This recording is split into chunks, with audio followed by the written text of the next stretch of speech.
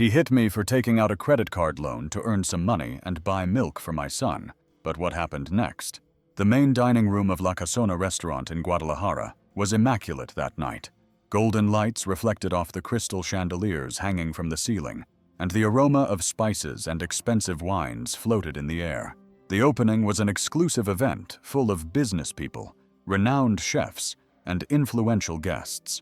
Between glasses of champagne and laughter, Valeria Montenegro walked with a special sparkle in her eyes. She wore a sophisticated, form-fitting black dress that flattered her slender figure, and her brown hair fell in soft waves over her shoulders.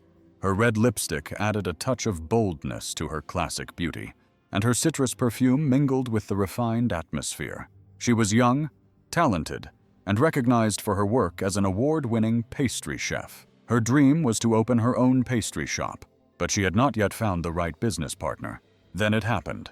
One glance, a single glance in the middle of the crowd. Her eyes met those of Rodrigo Ferrer, tall and imposing, with a captivating smile and a presence that exuded confidence. He wore a gray suit that fit his athletic body perfectly, and the sparkle of ambition in his eyes made him even more mesmerizing. Rodrigo approached slowly, as if he already knew that this meeting would change their lives forever. "I didn't know that perfection came with such a sweet aroma," he said with a smirk.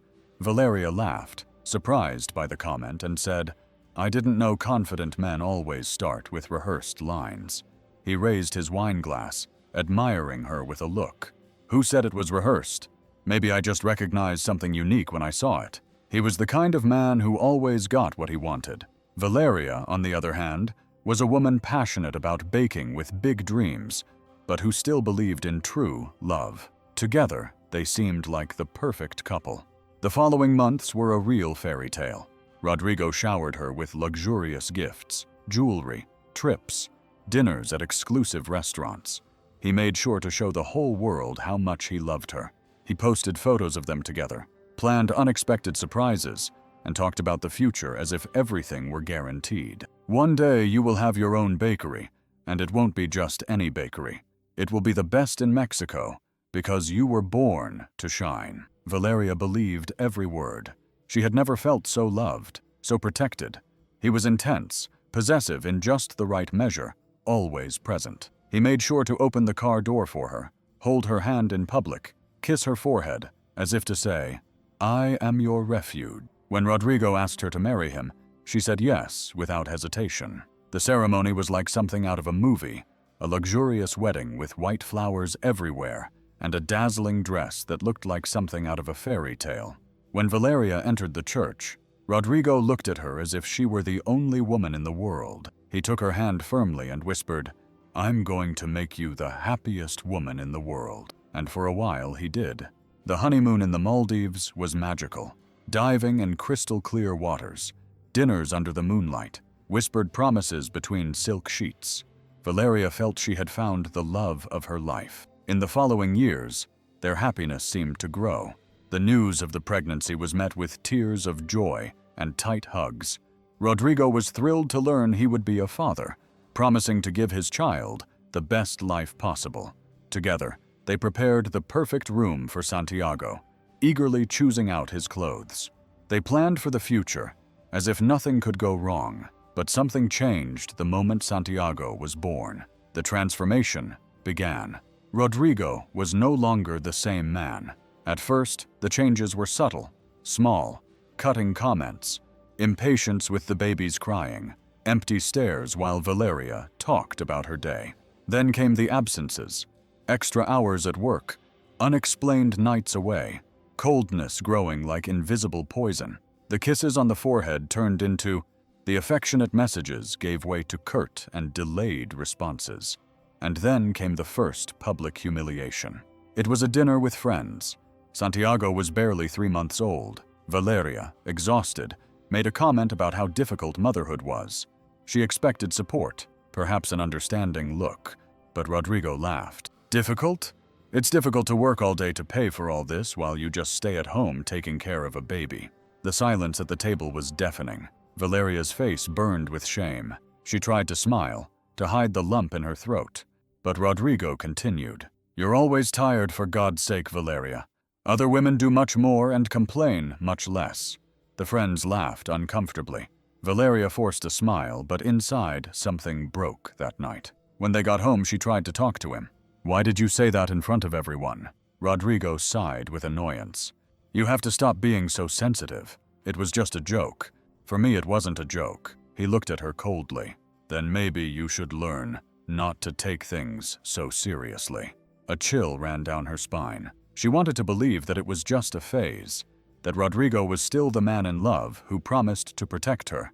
But deep down, something told her that this was only the beginning, and she couldn't have been more right. The house that used to be warm and full of love now looked like a silent battlefield. Valeria's days had become a routine of constant tension, always walking on eggshells, always trying to prevent Rodrigo from exploding over anything.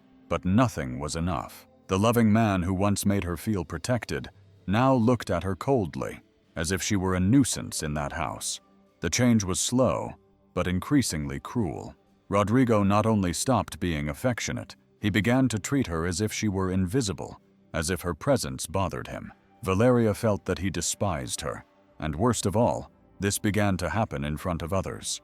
That night, Rodrigo came home late as usual. Valeria was in the kitchen, finishing up dinner.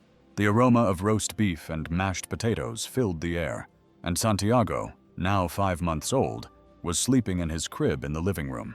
When Rodrigo entered, Valeria forced out a, "Hi, honey. How was work?" He threw his keys on the table with force and let out an impatient, tired sigh. Someone has to work in this house, right? Valeria froze. Lately, he had been saying that more and more often, as if she did nothing, as if taking care of a baby was worthless. Taking a deep breath, she decided to ignore him. She didn't want to fight. "I made your favorite dish," she said, trying to sound sweet. Rodrigo looked at the set table, but instead of saying thank you, he let out a mocking laugh. "Seriously? You spend all day at home, and this is the best you can do?" The humiliation burned her like a sheet of paper on fire. Valeria pressed her fingers against the fabric of her dress, swallowing hard. "I tried to make it special.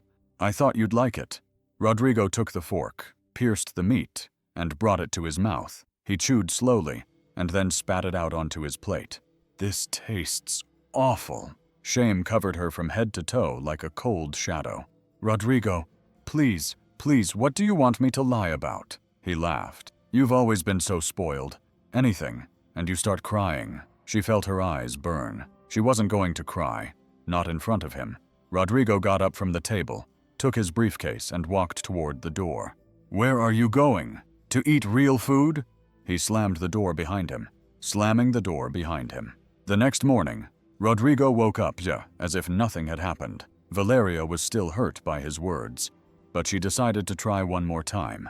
Maybe he was just stressed out from work. When he walked into the kitchen, breakfast was already served. "I made toast and coffee just the way you like it," she said quietly. Rodrigo didn't even look at her. He took his cell phone and sat down, swiping the screen as if he were alone. The silence was suffocating until he sighed heavily and said something that made Valeria's heart stop. "Cancel all your credit cards." She blinked, thinking she had heard wrong. "What?" Rodrigo finally looked at her. His gaze was cold and empty. "You don't work. You don't need money." The world spun. "Rodrigo, what do you mean I don't need money? I make lasagna. I take care of the house. I pay for things for Santiago." He laughed. "And now you'll do all that with the money I give you." "Give you?" The ground disappeared beneath her feet. "This is crazy. I've always had my own money. I've always been independent." Rodrigo slammed his hand on the table, spilling the coffee. "And now you're not. Accept it and stop complaining." Valeria gasped for air. "This isn't fair." "Shrug your shoulders. Life isn't fair." Valeria felt panic rising. Now she was truly trapped, with no money, no job, no way out. The last straw that spilled the cup came a few weeks later. Rodrigo began to ignore her completely when they went out. He no longer touched her. He didn't introduce her to anyone. He talked as if she were just a servant in the house. Until the most painful humiliation of all came. They had attended an event for Rodrigo's company. Valeria, as always, dressed up lovingly. She chose an elegant dress, applied her makeup delicately, and tried to convince herself that it would be a good night. But Rodrigo didn't even look at her during the evening. He walked around the room with his colleagues, drinking, laughing, and acting as if Valeria didn't exist. She tried to approach him, but he always ignored her, until at one point, one of the company's partners, an older and influential man, turned to Rodrigo and asked him a question that made Valeria's stomach sink. "And this young woman is new to the office?" Rodrigo laughed and said the worst thing Valeria could have heard. "She's not just the mother of my child. Just that. Just the mother of my child." Valeria's heart broke into 1,000 pieces. Her face burned, her throat closed up, and people laughed discreetly, as if they understood the message. Rodrigo had just humiliated her. She staggered out of there with her eyes full of tears, not knowing where to go. The shame was unbearable, and at that moment Valeria realized that Rodrigo no longer loved her. In fact, perhaps he had never loved her. The house that had once been a refuge now seemed like a luxury prison. Valeria woke up every day with a suffocating feeling in her chest, as if she were trapped in an invisible cage. Rodrigo's control was now total. Without money, without support, and without a job, she had become completely dependent on him, and he knew it, and he loved it. The humiliation no longer only happened in public. Now, at home, he made sure to remind her how useless she was, how insignificant she had become without him. "If I leave you, where are you going to go, huh?" Rodrigo would say with a mocking smile as he poured himself a glass of whiskey at the end of the day. Valeria remained silent. She no longer had the strength to respond. He settled on the sofa, crossed his legs, and took a sip of his drink, and looked at her as if he enjoyed seeing her suffer. "That's what I thought. You have nowhere to go." Rage boiled inside her, but she couldn't do anything. He was right. Now even the simplest things were a source of humiliation. When Valeria needed to buy something for Santiago, she had to ask permission. She had to beg. Rodrigo had left her a minimal amount in her bank account, cash only for the basics, but she couldn't use it for anything else. Every expense had to be justified. "What is this?" Rodrigo asked one night, holding a receipt from the supermarket. Valeria looked at him confused. "Diapers and formula for Santiago?" Rodrigo threw the paper on the table with force. "Too expensive. Do you think I'm an ATM?" She blinked, trying to understand. "Rodrigo, it's food for our son." He laughed contemptuously. "And since when does he need this imported formula? Buy it cheaper. Last time it gave him an allergy." The pediatrician said that Rodrigo. He slammed his palm on the table, interrupting her. "Enough, Valeria. You spend money like you're rich. If you want to buy whatever you want, then work and pay for it with your own money." The words hit her like a punch in the chest. She couldn't work. He had taken that option away from her. Rodrigo got up, took out his wallet, and threw a couple of crumpled bills on the table. "Here, make it last." She looked at the money, feeling tears burning in her eyes. She was no longer his wife. She was a beggar in her own home. The nights were always tense, but that one was worse. Rodrigo came home later than usual. He smelled of alcohol and cheap perfume. Valeria was in the kitchen preparing dinner when she heard him come in. Finally, she muttered without turning to look at him. Rodrigo laughed. "What's wrong, Valeria? Are you going to start?" She clenched her teeth. "I'm not complaining. I just thought you'd have the decency to come home early to see your own son awake." Rodrigo slammed the cabinet door, making her jump. "And who told you I have to give you explanations?" Something inside Valeria broke at that moment. "I'm your wife." Rodrigo approached her, his breath reeking of alcohol. "No, you're nothing." Silence. He slapped her. She felt her heart break into pieces.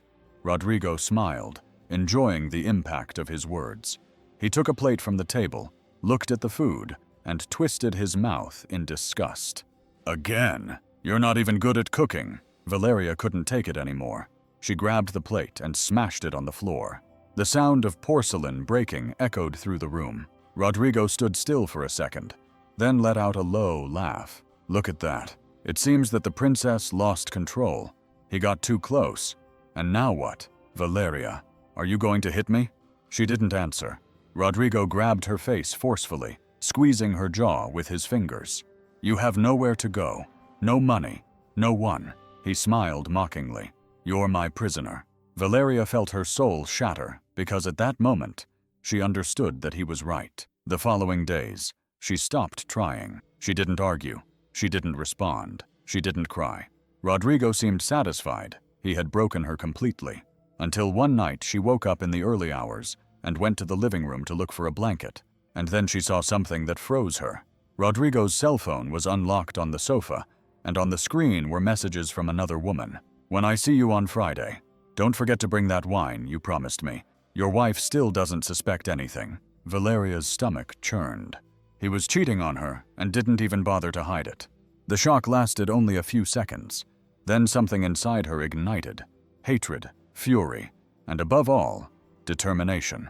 That night, while Rodrigo slept peacefully beside her, Valeria decided that she would never again let him laugh at her pain. She was leaving, and this time there would be no turning back.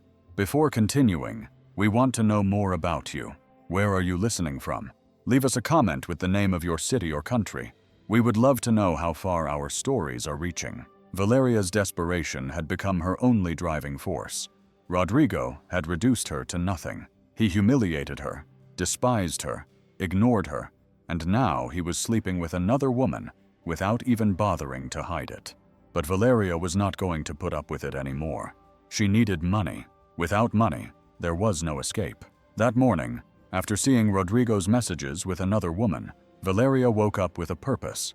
Rodrigo had left early, as usual. Santiago was asleep. It was now or never. She sat down at the computer and began to look for ways to make money without leaving home. Selling food, selling used clothes, online jobs, anything. But everything required an initial investment, and she had nothing. She felt a lump in her throat. She was a prisoner. She was in her own home until she had an idea. She got up, went to the closet, and took out her old designer handbag, one of Rodrigo's first gifts. She reached inside, and after a few seconds, there was a credit card. Rodrigo had canceled his bank accounts, but he never bothered to physically cut up the cards. This one still had an available limit. Although it could no longer be used in stores, it could be used online. Her heart pounded in her chest. She turned on the computer and found a course on baking and entrepreneurship. It taught how to sell homemade desserts, manage social media, and grow a business from home. It was expensive, but if it worked, she could start earning her own money without Rodrigo finding out. Trembling, she entered the card details and pressed Buy. Transaction approved. Valeria exhaled sharply. She had crossed the line. If Rodrigo found out, he would kill her, but it was a risk she had to take. For 2 weeks, she worked in secret, getting up at dawn to practice recipes, making sure to clean everything before Rodrigo woke up. She looked for customers discreetly, talking to neighbors and some moms at the pediatrician's office. Every night before bed, she wrote in a notebook, Day 1, learn to sell on social media. Day 3, get my first customers. Day 5, save enough for a taxi on the day of the event. Leave a like to support Valeria's courage. Help this story reach more people. Leave a like to support Valeria's courage. Help this story reach more people. She kept every peso she earned in an envelope inside a cereal box. For the first time in a long time, she felt alive. But the happiness didn't last long. Rodrigo discovered everything on a Tuesday night when he came home furious as never before. Valeria was in the kitchen when she heard the door slam open. Valeria! The scream froze her blood. Rodrigo's footsteps echoed on the floor, approaching like a storm. When he appeared at the kitchen door, his eyes were full of hatred. What the fuck is this? He threw a piece of paper on the table. Valeria looked down. It was the credit card bill. He had discovered it. She felt her legs tremble. Rodrigo, you took me for… He spat, moving closer. Valeria tried to back away, but her back hit the wall. Rodrigo raised the paper in the air, waving it furiously. You used my money behind my back. It's not your money, she blurted out without thinking. Rodrigo stopped, his dark eyes drilling into her. What did you say? Valeria clenched her fists. That money is mine too. I'm not your slave. For a second, silence enveloped everything, and then he exploded with a violent slap, sweeping all the plates off the table onto the floor. The crash woke Santiago. who woke up crying in the other room. Valeria wanted to run, but Rodrigo grabbed her arm tightly. "You don't understand anything, do you?" he growled through clenched teeth, squeezing her wrist so hard force that it left red marks. She twisted to break free. "You're hurting me." Rodrigo pushed her away. Valeria stumbled and fell against the table, feeling the pain run through her body. Rodrigo leaned over her, his face close to hers. "It's over, Valeria. You're not going to do anything without my permission. No work, no courses, no credit card." She didn't respond. She didn't cry or beg.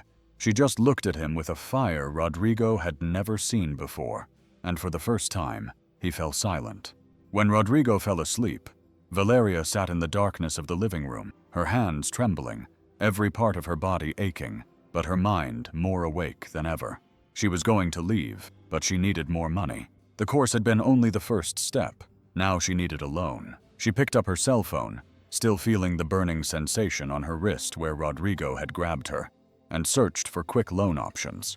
With the little financial history she had, she found a risky option. She entered her information and requested the money. The application was approved. Valeria's eyes filled with tears, but for the first time, they weren't tears of fear. They were tears of hope. She already had the money. She already had a plan, and now there was only one thing left to do: escape. Valeria had three things: a plan, a little money, and fear.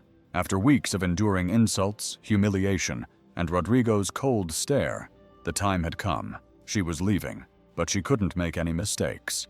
Because if Rodrigo found her, she wouldn't live to tell the tale. She had spent the last few nights planning every detail. The loan money was hidden at the bottom of a box of diapers. Santiago had enough clothes and diapers in a small backpack. Renata, her best friend, would wait for her on the corner at 3 a.m. Everything had to go perfectly. The idea was simple. Rodrigo drank every night. With any luck, he would fall into a deep sleep and wouldn't notice when she and Santiago left. She only had one chance that night. Rodrigo arrived later than usual. The house smelled of alcohol before he even walked through the door. Valeria was sitting at the table with Santiago in her arms, pretending everything was normal, but her heart was beating like a drum. Rodrigo threw his keys on the table and collapsed on the sofa. "And you? Aren't you going to serve dinner?" Valeria got up silently and served the plate. Rodrigo looked at her with a mocking smile. "How quickly you obey. That's the way I like it." She didn't respond. She couldn't risk starting a fight that night. She sat back down, rocking Santiago. Rodrigo snorted. "Look at you, stuck in this house all day, dressed like a servant." Valeria clenched her teeth. Rodrigo took a sip of beer, "And to think that you used to be someone. Now you're just the mother of my son." The words stung like acid on her skin, but she didn't react. She couldn't. She had to endure it just a few more hours. Rodrigo finished eating and fell asleep on the sofa with the television on. It was her chance. Valeria ran to the room without making a sound, her heart pounding in her chest. She grabbed Santiago's backpack with his clothes and took the box of diapers where she hid the money and put it in the bag. Then she picked up Santiago, silently praying that he wouldn't wake up. She just had to get to the door. She took one step, then another. Her breathing was shaky. She felt like every sound was a scream. She crossed the living room. Rodrigo was still asleep. With one hand, she turned the doorknob. She was almost there. "And where do you think you're going?" Rodrigo's voice pierced the back of her neck like a knife. Valeria froze. She felt her body go cold. She turned slowly and saw Rodrigo sitting on the sofa, staring at her with eyes filled with rage. The silence was deadly. "I said, where the hell are you going?" Panic overwhelmed her. Rodrigo stood up, his footsteps echoing on the floor. "What do you have there?" Valeria clung to Santiago. "I'm going to Renata's house," she lied. "At this hour, you think I'm—" He moved closer. "Subscribe to Valeria's plan, so you don't miss out on what's next." Valeria backed away. She couldn't let him touch her. Rodrigo looked at the backpack. "You're leaving, aren't you?" The air in the room became thick.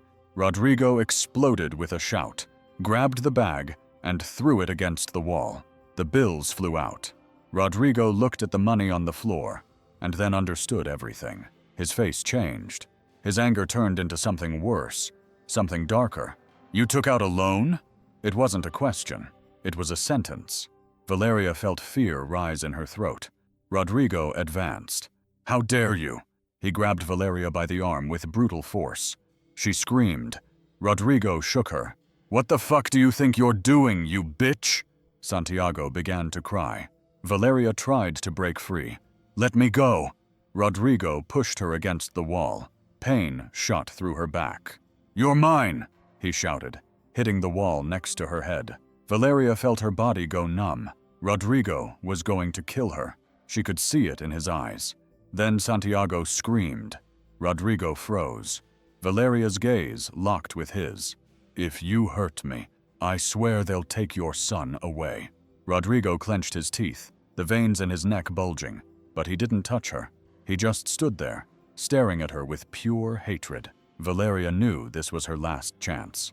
She took a deep breath and, with all her strength, lifted her knee and hit him in the groin. Rodrigo growled in pain and doubled over. Valeria ran, grabbed the bag from the ground, picked up Santiago, and without looking back, ran away. When she crossed the street, Renata was already waiting for her in the car. Valeria got in, trembling. "Start the car!" Renata shouted. She stepped on the gas. Valeria looked out the window. Rodrigo staggered out of the house, his eyes full of rage. But it was too late. She had escaped. But in her heart, she knew that Rodrigo wasn't going to give up so easily. This wasn't over. The car sped through the deserted streets of Guadalajara. The city, lit by yellow streetlights, seemed oblivious to the hurricane of terror Valeria felt in her chest. Santiago continued to cry in her arms, his little body trembling, reflecting the panic she herself felt. "Tell me what the hell happened," Renata demanded, one hand on the steering wheel and the other trembling on her thigh. Valeria couldn't speak. She kept seeing the image of Rodrigo at the door of the house, the hatred in his eyes. She knew he wouldn't leave her alone. Renata whispered with a tight throat, "Rodrigo is going to look for me." Her friend stepped on the gas harder. "Let him look for me first. Let's see if he dares, the bastard." But Valeria knew the truth. Rodrigo wasn't going to stop until he found her. Renata took her to her apartment, a small place in the center, far from Rodrigo's house. It was safe, for now.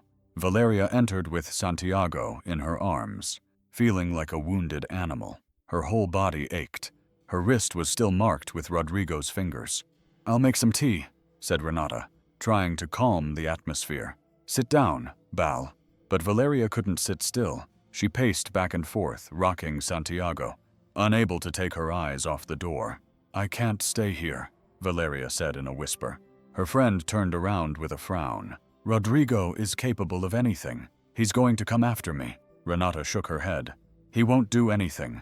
I'm not like you, Valeria. I'm not afraid to put him in his place." But Valeria knew that wasn't enough. Rodrigo had money, he had power, and he was obsessed. He wouldn't let her go that. Barely an hour later, Valeria's cell phone vibrated. The screen lit up.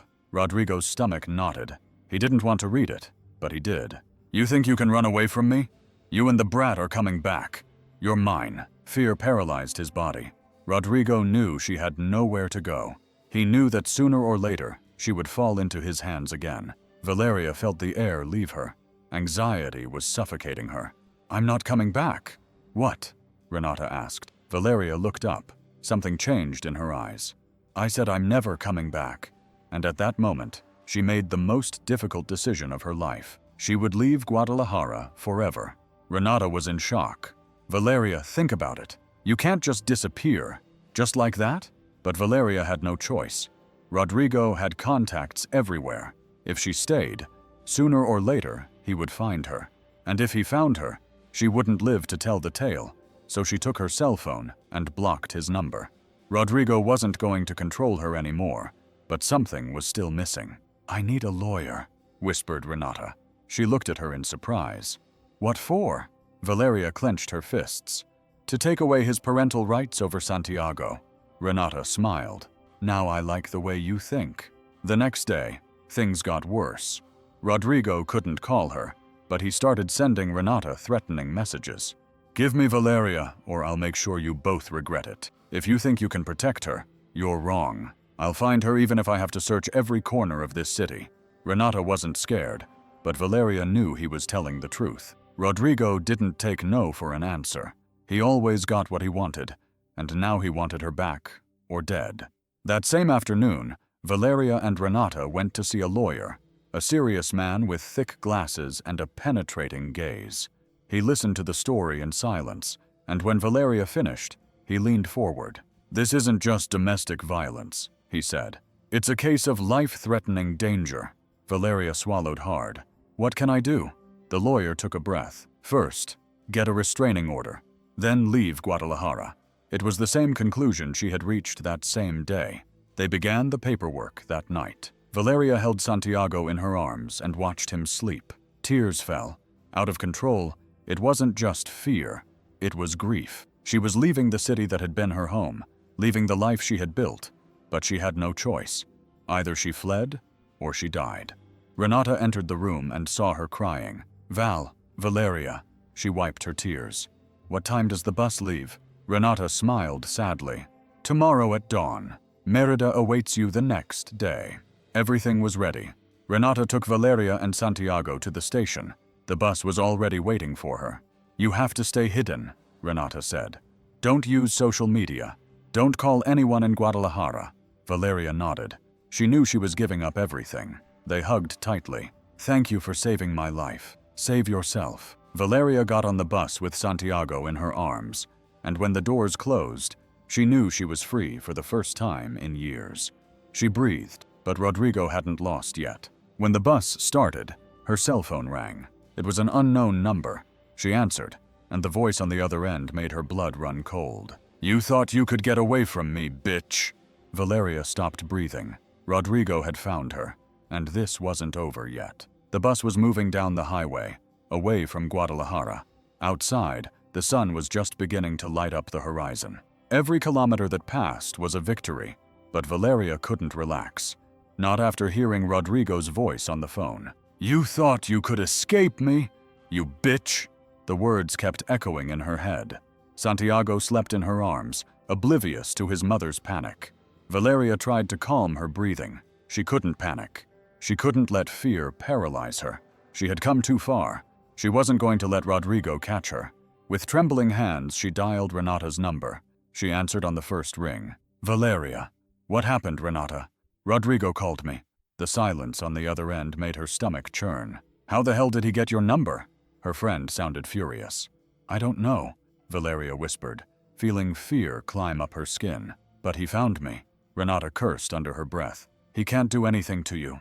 You're far away." But Valeria knew that wasn't true. Rodrigo wouldn't stop until he won. "Listen to me," Renata continued in a firm voice. "Don't answer any unknown numbers. Don't use social media. When you get to Merida, change your SIM card." Valeria nodded, even though she knew her friend couldn't see her. "It's okay." And Valeria was okay. "Don't be afraid. You're not the same woman he had locked up." Valeria closed her eyes. She wanted to believe it, but deep down, she knew this wasn't over.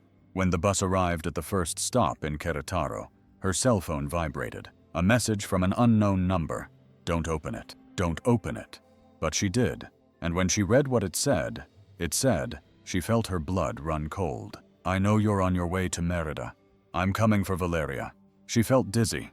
Rodrigo knew where she was going. How the hell had he found out? Someone had betrayed her. Panic closed her throat. She looked around the bus. Someone was following her. Her breathing became erratic.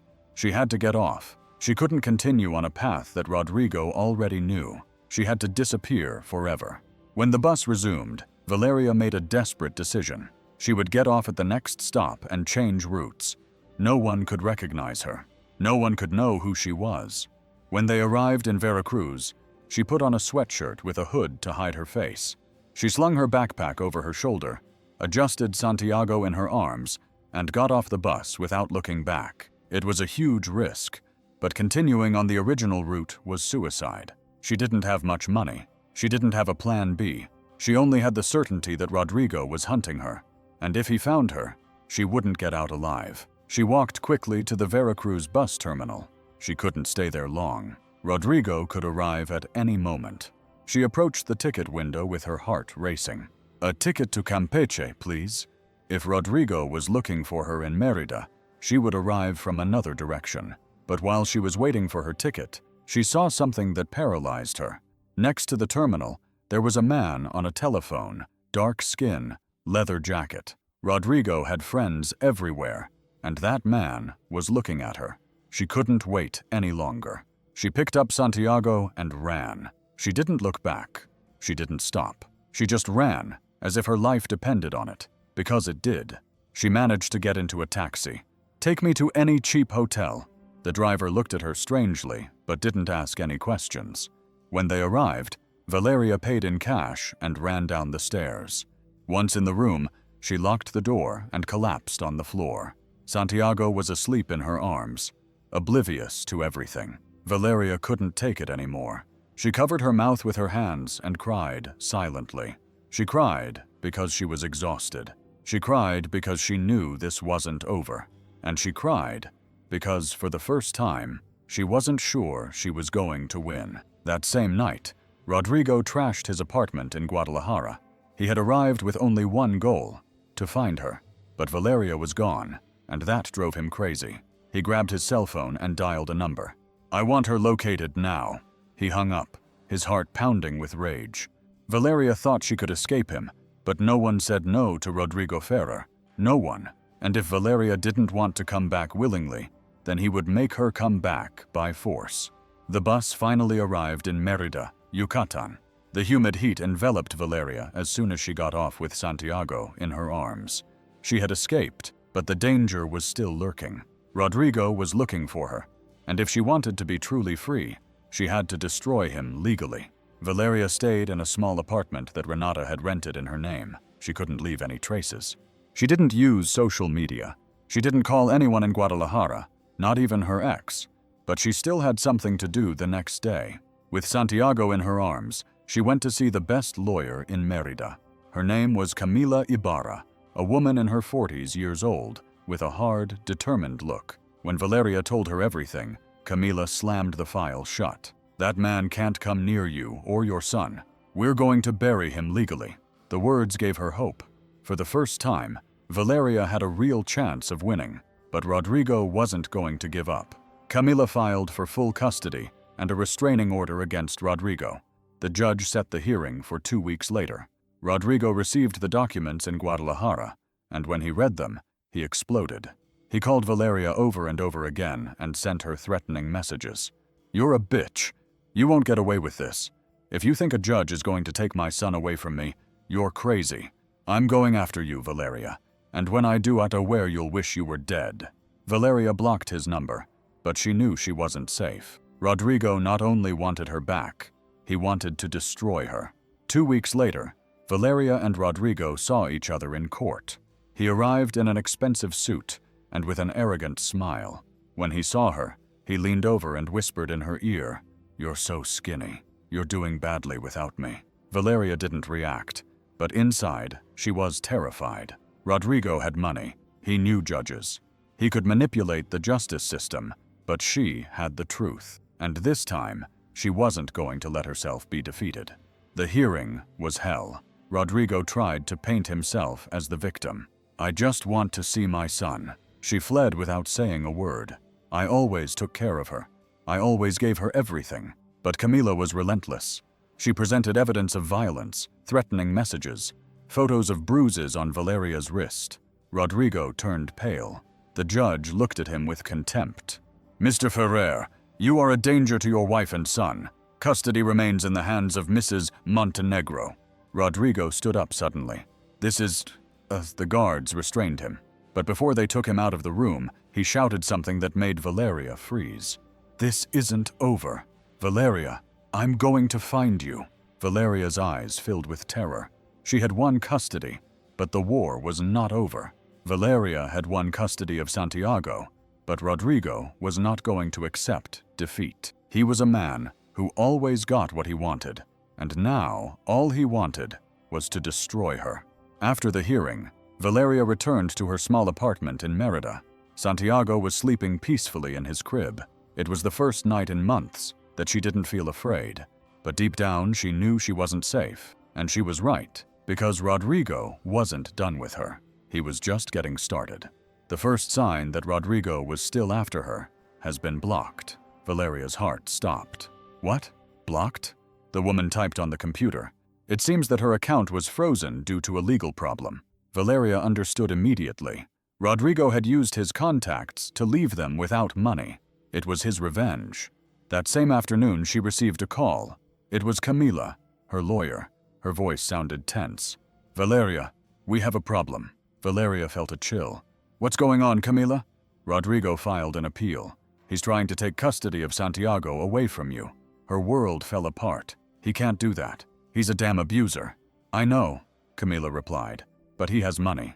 Valeria wanted to scream. Rodrigo was pulling all his strings to destroy her. She couldn't let that happen. That night, Valeria couldn't sleep. She sat on the sofa, hugging her knees. Every shadow made her jump. Then her cell phone rang. It was an unknown number. She answered with her heart in her throat. Hello, beautiful. It was Rodrigo. The air caught in her throat. What do you want? She whispered, feeling fear rise up her skin. Rodrigo laughed. You really thought you could beat me? Valeria stood up, trembling. Stay away from me. And if I don't want to? He said in a mocking voice. And if I already know where you are? Her stomach churned. No, it couldn't be.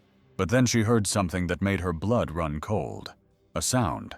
A knock on the window. Valeria turned suddenly. The curtain moved in the wind. And then she saw it. A silhouette. A man. Rodrigo was outside her house. He had come for her. Rodrigo had found her. But this time, Valeria was not the same frightened woman who trembled before him. Now, she was ready to fight. The sound of the knocking on the window echoed in her chest. Santiago was sleeping in his crib. She couldn't risk it with trembling hands. She called the police. My ex-husband is outside my house. I have a restraining order against him. But when she looked again, Rodrigo was gone. Only silence remained. But Valeria knew he would return, and this time he would do it in the worst way. The next day, Valeria met with Camila. Rodrigo came last night, she said through clenched teeth. He tried to break into my house. Camila closed her eyes for a moment. I knew he would do this. Valeria took a deep breath. Camila, I want you to destroy him. I want you to sink him legally. His lawyer smiled. That's what I was going to tell you. Rodrigo thought he was untouchable, but Camila filed a formal complaint for violation of the restraining order. When the police checked the security cameras, the evidence was clear. Rodrigo had been loitering around Valeria's house. They arrested him the next day. When they handcuffed him, his arrogance disappeared. You can't do this to me. I didn't do anything. But the judge didn't believe him, and in less than a week, Rodrigo was behind bars. He had lost. He had lost Valeria. He had lost Santiago. And he had lost his freedom. With Rodrigo out of her life, Valeria could finally breathe. She focused on her business. The desserts she used to make in secret now became her strength. She opened a small shop in Merida. At first it was just a modest place, but soon it began to grow. Her pastries became famous. Social media exploded with orders. In less than a year, she opened a second branch. People no longer saw her as Rodrigo Ferrer's wife. Now Valeria Montenegro was a name in her own right. A strong woman. A mother who fought for her son. A survivor. From prison, Rodrigo watched as the woman he wanted to destroy became a successful businesswoman while he rotted in a cell. Valeria shone. He tried to appeal his case. He tried to threaten her from prison, but no one listened to him. No one was afraid of him. He who was once powerful was now nothing. And when Valeria found out that Rodrigo had been brutally beaten in prison over a debt with other inmates, she didn't even bother to smile. He no longer meant anything in her life. One afternoon, Valeria was in her shop decorating a cake with Santiago playing nearby. Her son was growing up happy, without fear, without the weight of terror in his life. Renata came in with her usual smile. I heard you're opening a third branch. Valeria smiled. That's right, and I'm going for more. Renata looked at her with pride. Valeria, you did it. Valeria looked up. Her shop, her son, her freedom. Yes, she had done it. She was finally free. Valeria managed to escape, but how many women are still trapped? How many continue to endure the pain, the humiliation, and the fear, believing there is no way out? But there is always a way out. Abuse is not love. Control is not protection. If you are in a relationship where you feel small, helpless, terrified, that is not your home. Take your strength, take your courage, and fight for your freedom. Because once you free yourself, you will discover something incredible. You were always stronger than you believed, and when you look back, you will not see a victim. You will see a survivor, a woman who shone again, a woman who will never let anyone dim her light again. You are stronger than you think. Never forget that. If this story touched your heart, we invite you to explore more content on our channel. We have many more exciting and thought-provoking stories like this one that seek to inspire you and show you that there is always hope. Click on the following video and join us for another narration that is sure to captivate you from the very first moment. Don't forget to subscribe, leave your comment, and share this video with those you think need it. Thank you for being part of this community. See you in the next video.